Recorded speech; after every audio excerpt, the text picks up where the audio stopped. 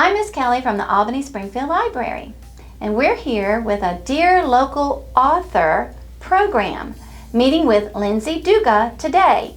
She's going to be answering some of our questions that some of you had. I had 3 cards returned from some of my patrons, but I have several other questions to ask, and it might be one that you have to find out more information about what it's like to be an author.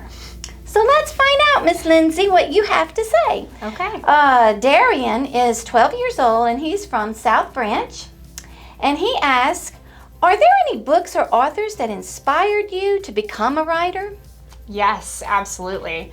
I was a big reader when I was a kid, but I didn't really grasp what it was like to become an author or like how you were to go about doing it until I was much later in life, well past college, or actually well past high school and into college, when I was thinking, I want to do writing something in my career. I actually steered toward mass communication in my college days, but I started reading this book series when I was in college called Percy Jackson and the Olympians. So I'm a big fan of the Rick Riordan universe.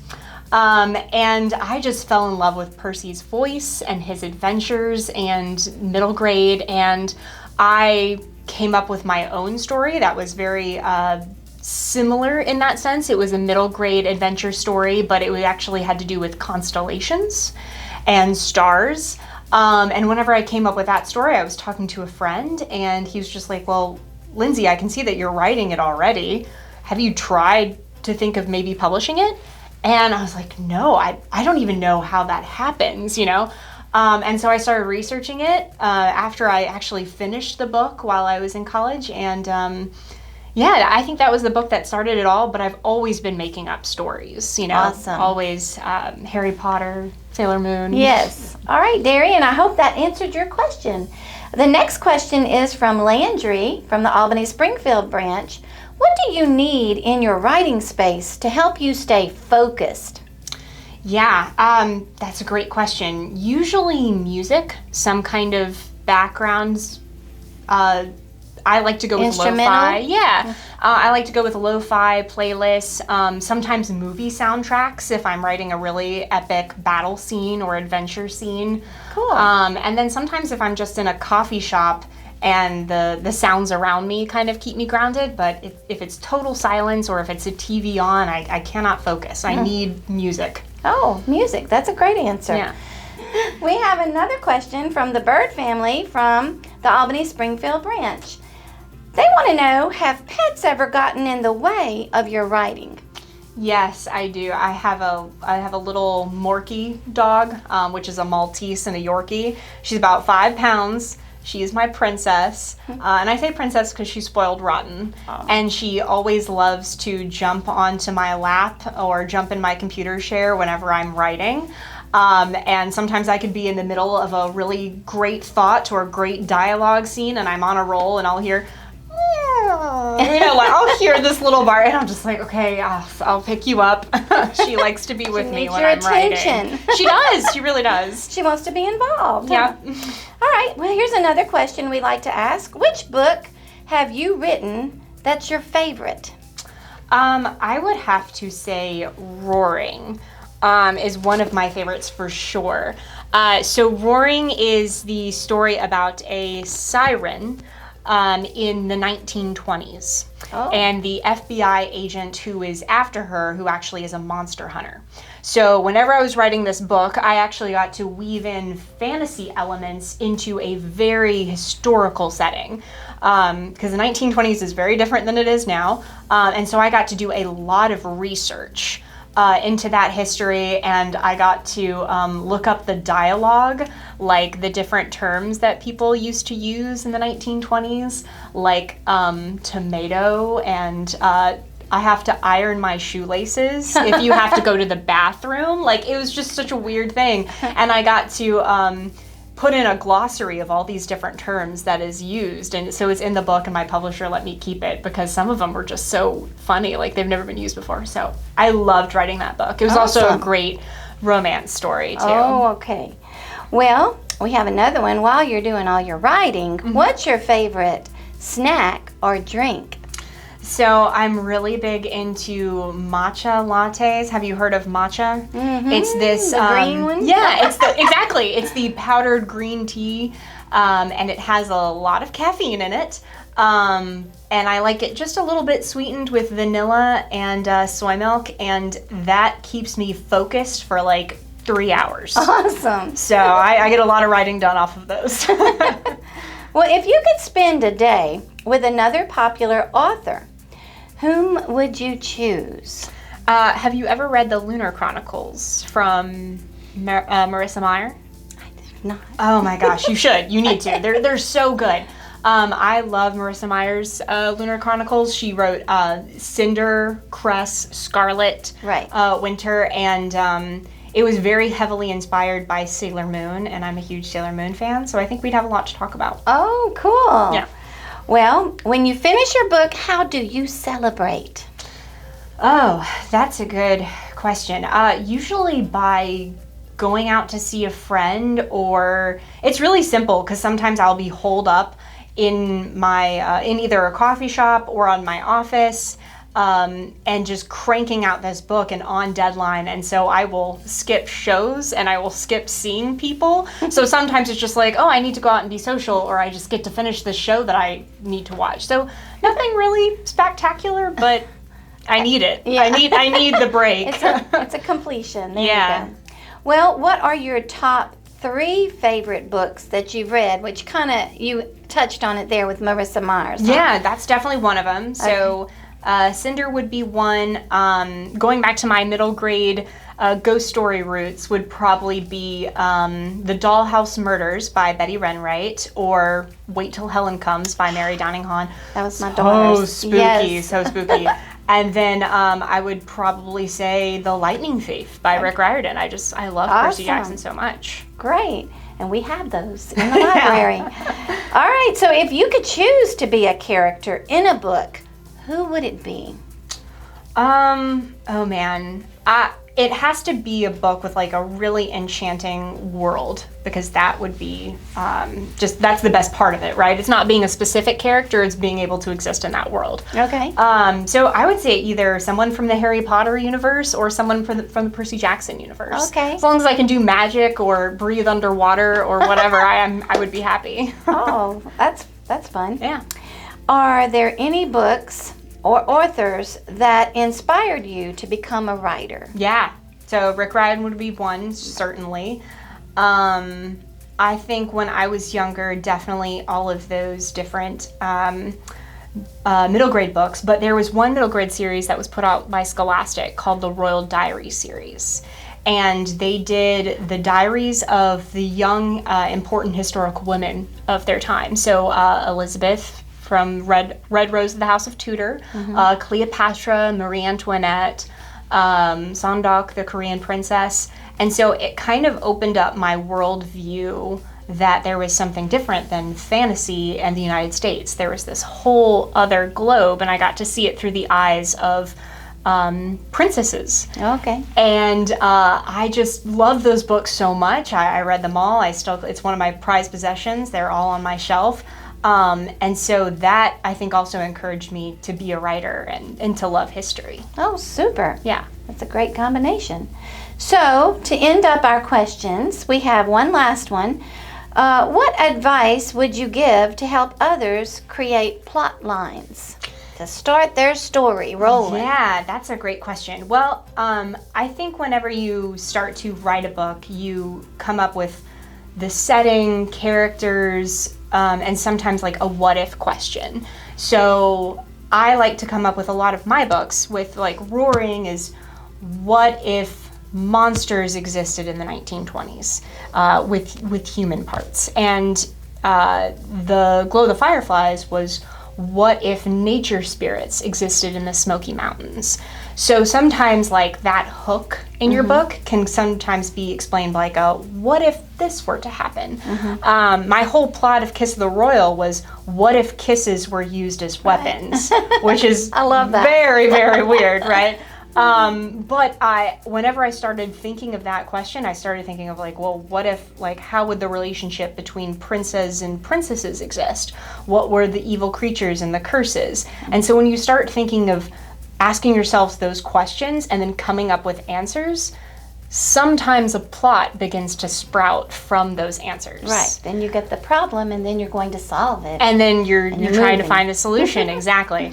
There's a great way to write a book, and I think Victoria Schwab might have quoted this original, but she called it the constellation method of writing a book. Is if you have specific plot points that you want to reach in your book, the beginning, middle, and then the end, and then the middle could be comprised of like 3 to 4 different plot points that you know you have to achieve to get to the ending. But how you get there is sort of up for grabs. So it's a little bit like connect the dots, but you're not entirely sure of where that story goes, because you could either be a plotter or a writer by the seat of your pants.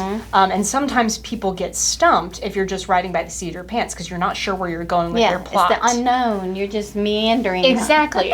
But sometimes people feel that outlining or writing from a synopsis can be very creative, stifling. Exactly. So that's why she came up with that method of just like being able to hit those points, but also being creative into how you get to them. Awesome. Yeah. Well, I hope you've enjoyed our interview. That's all the questions I have for Miss Lindsey at this time, but we're going to turn the camera to her so that she can tell you more about her books, and she can also read an excerpt from her brand new book. I'll let her tell you more about herself and her books. Thank you. Thank you so much, Kelly. Had fun. Hi guys, I'm Lindsey Duga, and I am a young adult and middle grade author from Baton Rouge, Louisiana. Thank you so much for having me. I'll go ahead and tell you a little bit about myself and how I became a writer. So I started reading at a very young age, go libraries, and fell in love with the worlds and the heroes that authors were able to create. And when I got older, I started coming up with the stories myself and writing them down, and it was a long road to publishing, and I won't bore you with the details, but I guess probably the biggest advice I could give to anybody wanting to become a writer is keep going. Rejection is part of the business, but also critique comes along with it, and with critique comes better writing. So listen to your readers and take their notes with a grain of salt, and just keep dreaming of that book and that story, and I'm sure you'll get there. I write young adult fantasy mostly, so my first book, Kiss of the Royal, and my second book, Glow of the Fireflies, are very fantasy-driven, romance with a lot of action and fun plot. My third book, Roaring, also with Entangled Teen, is actually a 1920s romance novel with a siren and a monster hunter, so it's kind of a forbidden romance.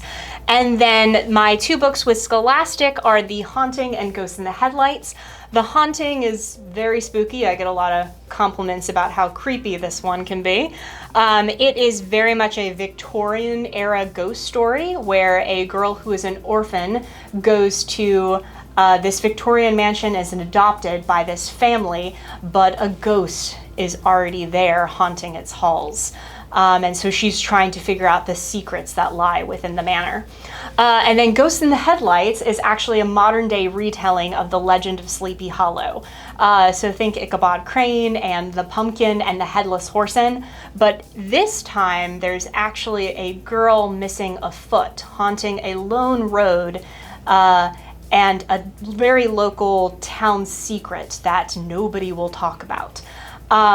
And I actually would read from one of these books, but I wanted to tell you and give you an exciting excerpt of a new book that I've got coming out September 6th, which I guess if this is airing September 8th, it's already out, so you can go get it at Scholastic Book Fairs as well as Amazon or Barnes & Noble.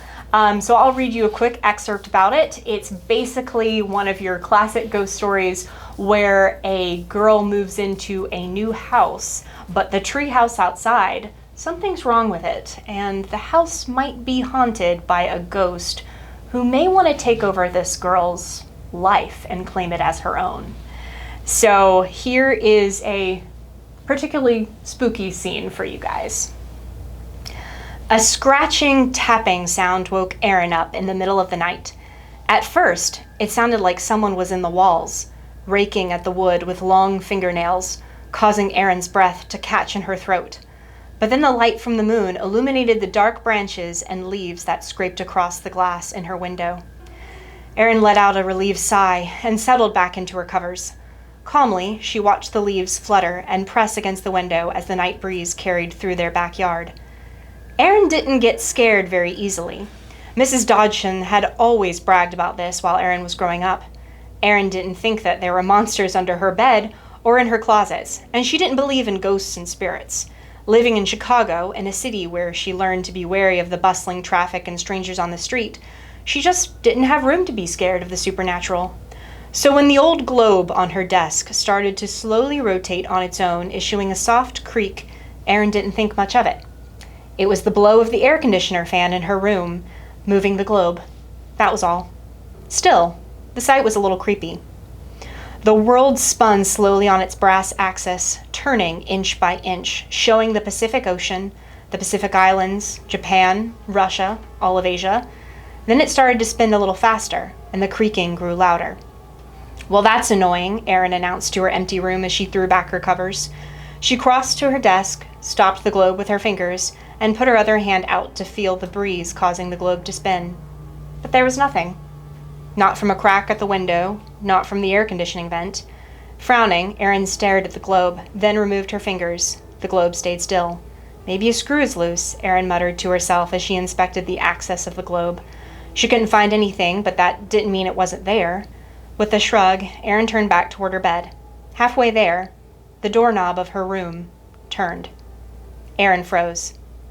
"Becca?" she asked. There was no response. She wasn't surprised her little sister was visiting her room. The first few nights in the new house, Becca hadn't slept very well alone, so Erin had let her sleep in her bed, though recently Becca had seemed to grow used to her own room and been sleeping alone. But maybe something had spooked her, like the branches on the window in Erin's room. "Becca? You can come in," Erin whispered, moving to the door and grabbing the doorknob and pulling the door open. Becca wasn't there. No one was there. The hallway was empty except for the shadows. Erin stood there staring at nothing for a few long seconds. The doorknob had turned, hadn't it? She hadn't imagined that. She'd seen the movement, heard the faint squeak. Now the hairs on the back of her neck were standing to attention, pulling her skin tight with nerves. Just what was going on in her room?